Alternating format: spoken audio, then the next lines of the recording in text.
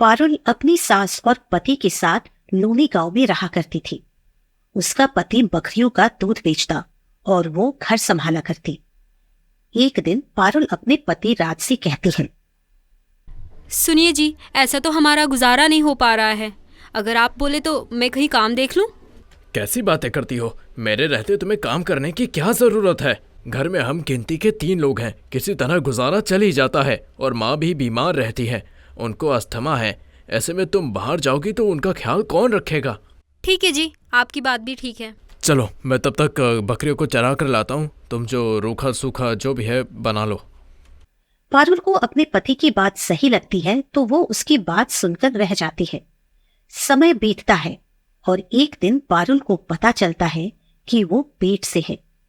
ये बात जानकर घर वाले बहुत खुश होते हैं। बहू, अब तुझे अपना ज्यादा ध्यान रखने की जरूरत है। मैं नहीं चाहती कि मेरे पोता या पोती पर कोई भी आंच तक आए। अब तुझे हर कदम फूंक फूंक कर रखना है। माँ जी, जिसके सर पर आप जैसी माँ का हाथ है उसका कोई क्या ही बुरा कर सकता है। आप है ना मेरा ख्याल रखने वाली। बस मुझे तो उनके आने का इंतज़ार है ताकि ये खुशखबरी मैं उनको सुना सकूं।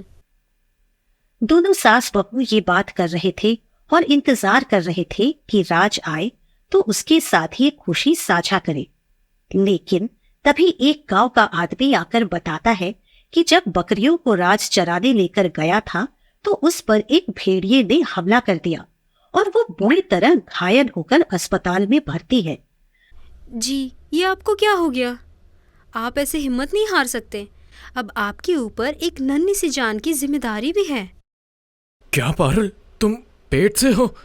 मुझे माफ कर दो, तुमने मुझे इतनी अच्छी खुशखबरी सुनाई और मैं ये माफ कर दो मुझको। कुछ मत बोल बेटा, डॉक्टर ने तुझे आराम की बोला है। भगवान ने चाहा तो सब ठीक हो जाएगा। अब राज अस्पताल से घर तो आ जाता है, लेकिन बुरी तरह जख्मी होने के कारण उससे चला फिरा नहीं जाता। तो वो घर का काम क्या करता? माँ बूढ़ी थी, ऐसे में गर्भवती पारुल को काम करने जाना पड़ता था।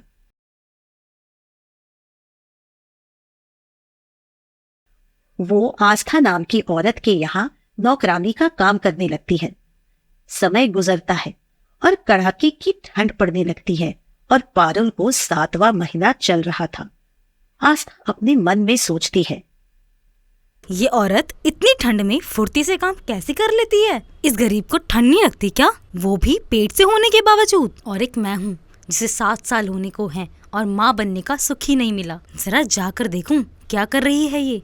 आस्था अब जाकर पारुल को देखती है तो वो गर्म पानी से कपड़े धो रही थी और आस्था पानी की बाल्टी पर लात मारकर कहती है, अरे क्यों री, तेरी सास यहाँ गर्म पानी का बिल देने आएगी क्या?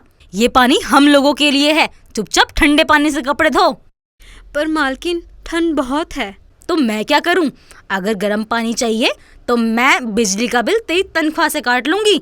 नहीं नहीं मालकिन, अगर आपने ऐसा किया तो मेरा गुजारा कैसे होगा? मैं ठंडे पानी से सब काम कर दूंगी।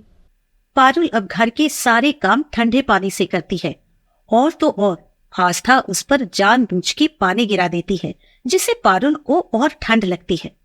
दरअसल पारुल पेट से थी, ये बात आस्था को जलन दिलवा रही थी, इसलिए भी वो उसे परेशान करती थी।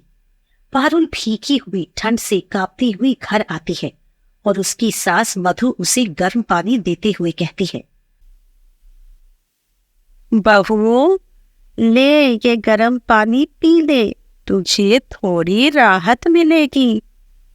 अगर मेरी बूढ़ी हड्डियों में जान होती तो मैं तुझे कभी इतनी ठंड में बाहर काम करने नहीं जाने देती।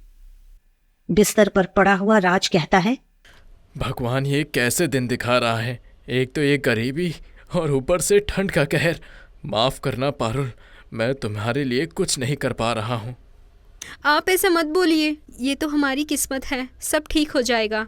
माँ जी, आप रुकिए, मैं ठंड से बचने के लिए लकड़ियाँ लेकर आती हूँ, थोड़ी तो राहत मिलेगी।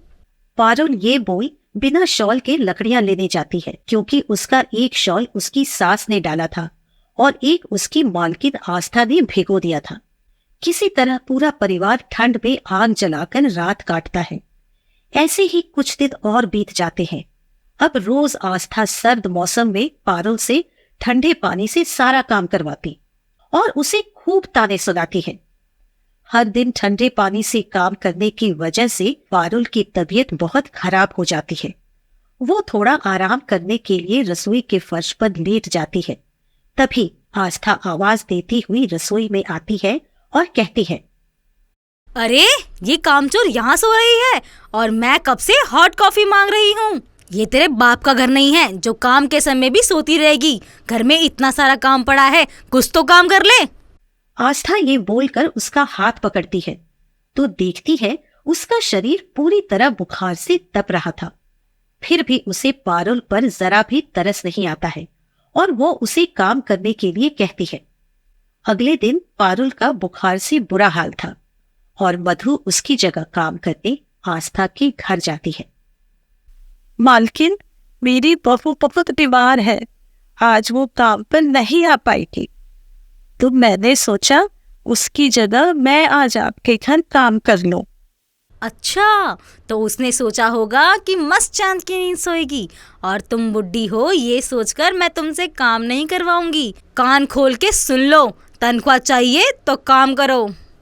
आस्था ये बोलकर मधु को सब काम समझाती है और बेचारे मधु ठंड में घर का सब काम करती है और रोते हुए कहती है, मेरी बहू रोज यहाँ इतनी ठंड में काम करती है, लेकिन उसने कभी कोई शिकायत नहीं की। भगवान ने मुझे भले गरीबी दी, लेकिन साथ निभाने वाला परिवार भी दिया। मधु रसोई में काम कर रही थी और आस्था मन में कहती है, वो पारुल कभी भी माँ बन सकती है। वो यहाँ से जल्द ही काम छोड़ देगी और इस बुढ़िया के बस की कुछ नहीं है। तो क्यों ना मैं इसे काम से निकाल दूं और पारुल की पूरी तनख्वाह रख लूं। आस्था ये सोचकर जानबूझकर मधु को एक शो पीस साफ करने को कहती है जो पहले से टूटने वाला था और उसके टूटने का नाम वो मधु पर लगाकर उसे धक्के मारकर घर से बाहर निकालकर कहती है, अरे जब ठंड में तुम गरीबों के हाथ कांपते हैं तो काम करने क्यों आते हो? चली जाओ यहाँ से। अपनी बहू को भी यहाँ मत भेजना और जो तुमने शोपीस तोड़ा है ना, इसके पैसे मैं तुम्हारी तनख्वाह से काट लूंगी। मधु खूब रोती है, लेकिन आस्था उस पर तरस ना खाकर उसके मुंह पर दरवाजा बंद कर देती है। अगले दिन जब आस्था अपने रूटीन चेकअप के लिए हॉस्पिटल जाती है तो देखती है कि पारुल अस्पताल में भर्ती थी। उसकी सास और पति डॉक्टर से रो रो कर मिन्नतें कर रहे थे और उसकी हालत गंभीर थी।